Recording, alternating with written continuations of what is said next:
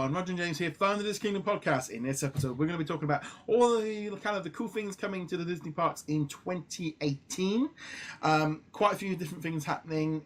Over in Walt Disney World, we have got the brand new Toy Story Land opening in Hollywood Studios. There's also a few other little things, like there's a new Up animal show coming to, and there's lots of little things like that. Over in California, you've got the new Pixar area at California Adventure will be opening up. And so those are the kind of the two big things. There's going to be lots of little tweaks. That's the one thing with Disney. They're very good at making small, quick ones. But in all honesty, 2018, I mean, we're having a new land open up in Disney World. It's still quite big. But it kind of feels a little bit like we're still in the shadow of the big crane from the Death Star being built at both parks. Just a little bit. The Galaxy's Edge is big. Yeah. It's going to be big. But that's not 2018, so we're not going to talk about that right now. So we've got Toy Story Land opening up. I think it's May. I think a lot of people, I don't know if it's been officially announced, but yeah, so it said summer, but a lot of people are expecting Memorial Weekend around May. If it is, I'm going to be out there then, so that could be quite interesting. I don't know about the queue. I'm going to be honest, I'm not really overly excited about this place at all. I will go and have a look around it. It's hard to be excited because there doesn't really seem to be anything there. There's a roller coaster which looks a little bit like the Barnstormer, which is like 5 seconds and it's over with. And yeah, I think it's because I've seen the Toy Story stuff that they did over in Disneyland Paris, where it was a little bit like it's themed. I don't know. It might be blown away, but this area really doesn't feel like something that's going to blow a lot of people away, like Pandora or Galaxy's Edge. Yeah, but I don't think it's supposed to either. Yeah. Toy Story Land obviously is meant more as a kid's side. Now they're going to aim at slightly older kids. There is the Slinky roller coaster. I've seen pieces of the roller coaster because if you drive by Hollywood Studios, you can see it above the blocking decades, but still not that much. I am definitely looking forward to it. I enjoy roller coasters. I enjoy Disney roller coasters because they normally aren't that intense. Yeah. But I also hope it is not Mine Train 2.0, which is just like, oh yeah, by the way, you stood in line for an hour for 20 seconds. Here you go. Have fun. Yeah. But I don't even remember what else is in Toy Story Land. So I'm not super excited for it. I will be there before it opens. I'll be there in April for the Dark Side run. And then I won't be there again until Christmas, unless I decide to, crash your party and fly down in May. So yeah, it's kind of going to be that odd one. I think as well with like this. I think Hollywood Studios, I think this will be good for that park to get this little bit of a boost for having some new stuff to do there. And also giving kids something to do even when Galaxy's Edge opens and stuff. And I think this park is going to get continuously upgraded. And I think, in essence, this park could be the one thing that could benefit a lot from Fox. But it definitely feels like there's a lot of shows coming in. I mean, all the stuff they've been doing with like the night shine projections on the castle. Whether or not we get the Guardian of the Galaxy overlay coming to there, who knows? Disney does seem to be throwing money around at the moment. So yeah, but I'm under the impression they can't actually use any of the Marvel stuff over on the Disney World side yet until that Universal license expires. Well, I might be a little wrong. They're doing Guardians of the Galaxy at Epcot, so. But they're only doing. But that might not even be open until like 2020. So which would be after the Universal contract expires. Have we got an expiry date for that? I don't think we have. I wouldn't. No. I thought I read one. I'm not even going to say what I read because I can't verify it. No. So, but regardless, we do know it does have an expiration date. Marvel will get them back. Disney will get them back. And then once they get them back, you will definitely see a makeover at Hollywood Studios or something like that.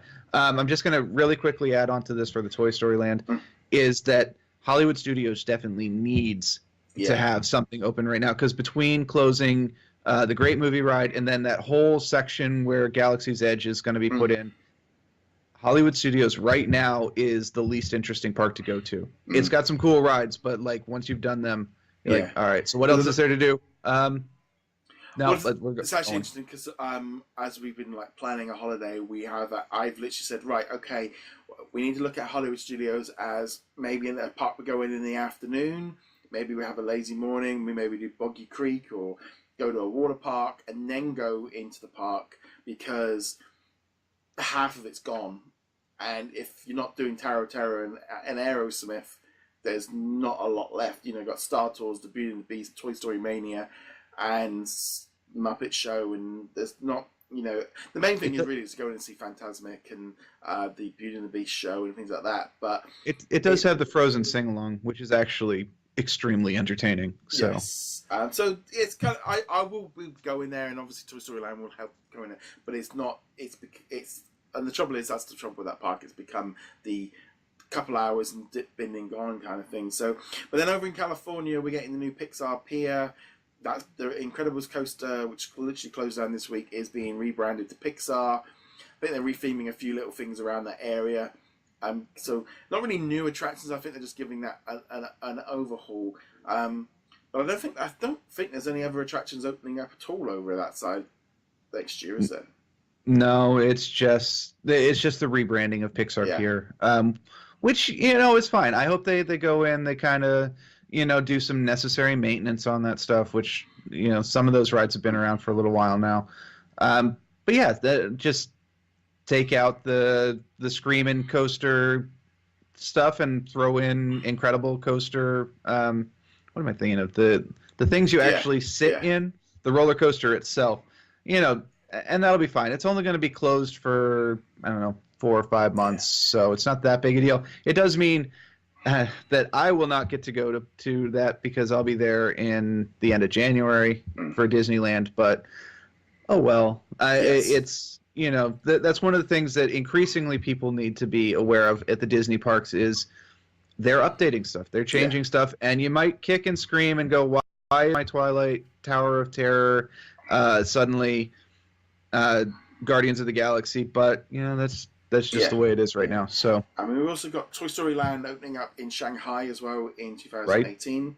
Right. Hong Kong is going through some massive changes. Tokyo is also going through. There's a lot of construction going all over the place. There's a new Marvel show coming to Disneyland Paris. They also announced details of the Fan Days event, but I might even leave that for another episode because reading the comments and stuff and reading through it all last night when I made the story. That might be a whole story for next week, just the Fan Days alone. But yeah, so there's a lot of construction going on all over the place. The good thing with Disney generally is they sometimes can throw in small stuff and just they can randomly open up little shows and things like that and little overlays and things. So I think for hot off the heels of 2017 when they announced so much construction, whether or not some people are maybe going, I'll wait till later.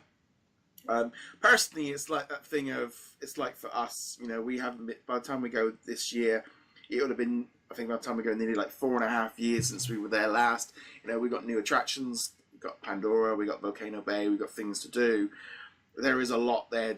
And it's that thing of like, for us going over for a couple of weeks, if one attraction or 2 attractions being closed really doesn't make a big impact on a 2-week vacation. You're still going to do it. Maybe if you're only going once, I don't know.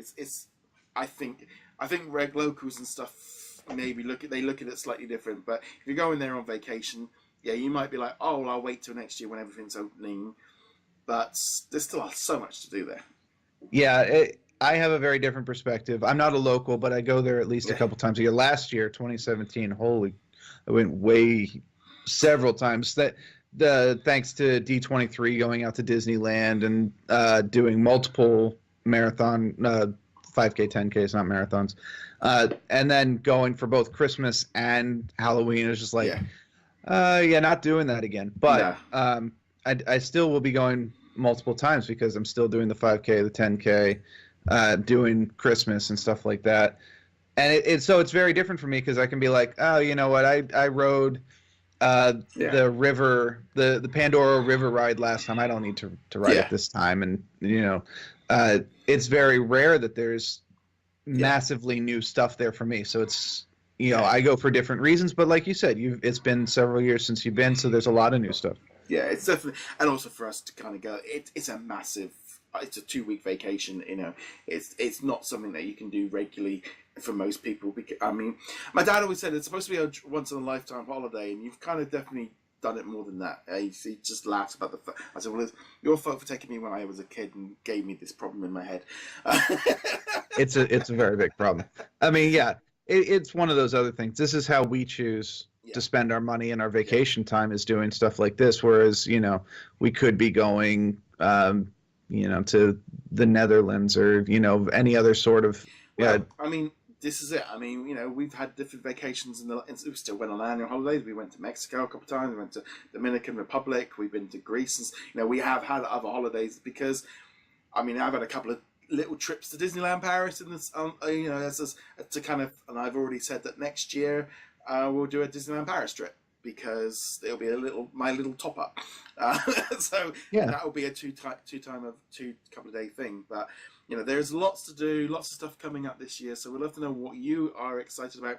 And I've been completely distracted with this Hulk squashy. I just realised. What is a squashy? It's like a door squashy thing. It was in a Hulk box, and I just keep squeezing it. It's like. Anyway, I was being distracted here. As per usual, you can subscribe on YouTube, and by hitting that little big red button, you can also leave us a like. You can also subscribe on the audio versions. Check us out over at DisKingdom.com. Add us to your bookmarks, add us to your favorites, add us to your RSS feeds if you use that. And you can also find us on social media like Twitter and Facebook. James, where can they find you? Find me heroiclegacy.com. And on that note, guys, thank you very much for watching and listening. And we shall be back next week with some more episodes. Later.